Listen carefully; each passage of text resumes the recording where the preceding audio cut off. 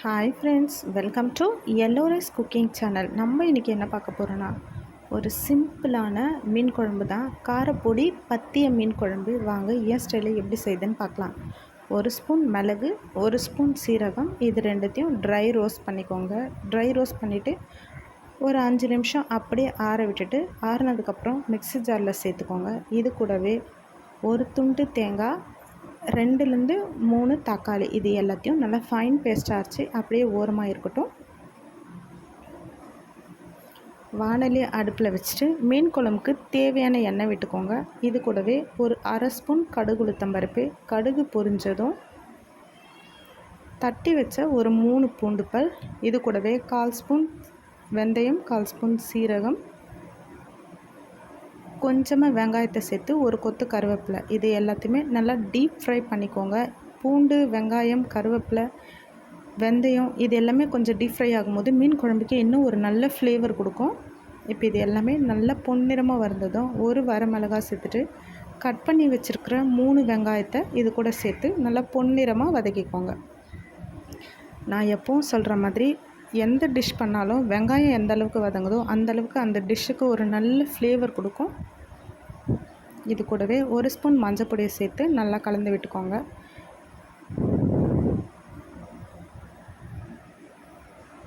இப்போ பார்த்திங்கன்னா வெங்காயம் நல்லா பொன்னிறமாக வதங்கியாச்சு. இந்த ஸ்டேஜில் நம்ம அரைச்சி எடுத்து வச்சுக்கிற மசாலாவை வெங்காயத்தை கூட சேர்த்து தக்காளி, தேங்காயோட பச்சை ஸ்மெல் போகிற அளவுக்கு நல்லா வதக்கிக்கோங்க.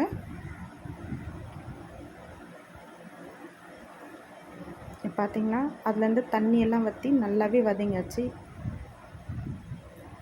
இந்த ஸ்டேஜில் குழம்புக்கு தேவையான மிளகாய் பொடியை சேர்த்துக்கோங்க. நம்ம ஆல்ரெடி மிளகும் இதில் சேர்த்துருக்கோம், அதனால் உங்களுக்கு எந்த அளவுக்கு காரம் வேணுமோ அந்தளவுக்கு பார்த்து சேர்த்துக்கோங்க. இப்போ இந்த மசாலாவில் மிளகாய் பொடி படுற மாதிரி நல்லா கலந்து விட்டுட்டு கரைச்சி எடுத்து வச்சுருக்கிற புளி தண்ணியை இது கூட சேர்த்துக்கோங்க. நான் ஒரு எலுமிச்சை பழத்தை விட இன்னும் கொஞ்சம் பெரிய சைஸில் புளி எடுத்திருக்கேன். மீன் குழம்புக்கு புளி இருந்தால் நல்லா தான் இருக்கும். மீன் குழம்புக்கு ஹைலைட்டே புளிப்பு தான்.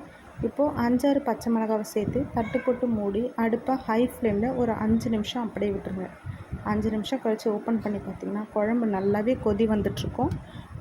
இப்போ கலந்துட்டு உப்பு சரியாக இருக்கான்னு ஒரு தடவை செக் பண்ணிவிட்டு அடுப்பை ஸ்லோ ஃப்ளேமில் வச்சுருங்க. மறந்துட போகிறீங்க. அடுப்பை ஸ்லோ ஃப்ளேமில் வச்சுட்டு க்ளீன் பண்ணி எடுத்து வச்சுருக்கிற காரப்பொடி மீனை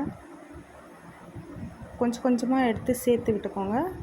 இந்த குழம்புல சேர்த்துட்டு எல்லா மீனும் நல்லா மூழ்கிற மாதிரி சேர்த்துட்டு லேசாக ஒரு மிக்சிங் கொடுத்துருங்க.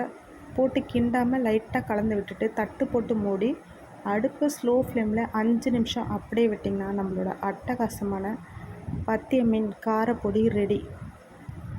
இது மோஸ்ட்லி குழந்த பிறந்தவங்களுக்கு செஞ்சு தருவாங்க. உங்கள் ஊர் பக்கம் எப்படின்னு எனக்கு தெரியல.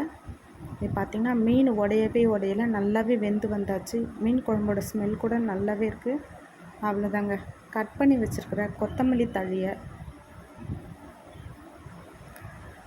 இது மேலே தூவி அடுப்பை ஆஃப் பண்ண வேண்டியது தான்.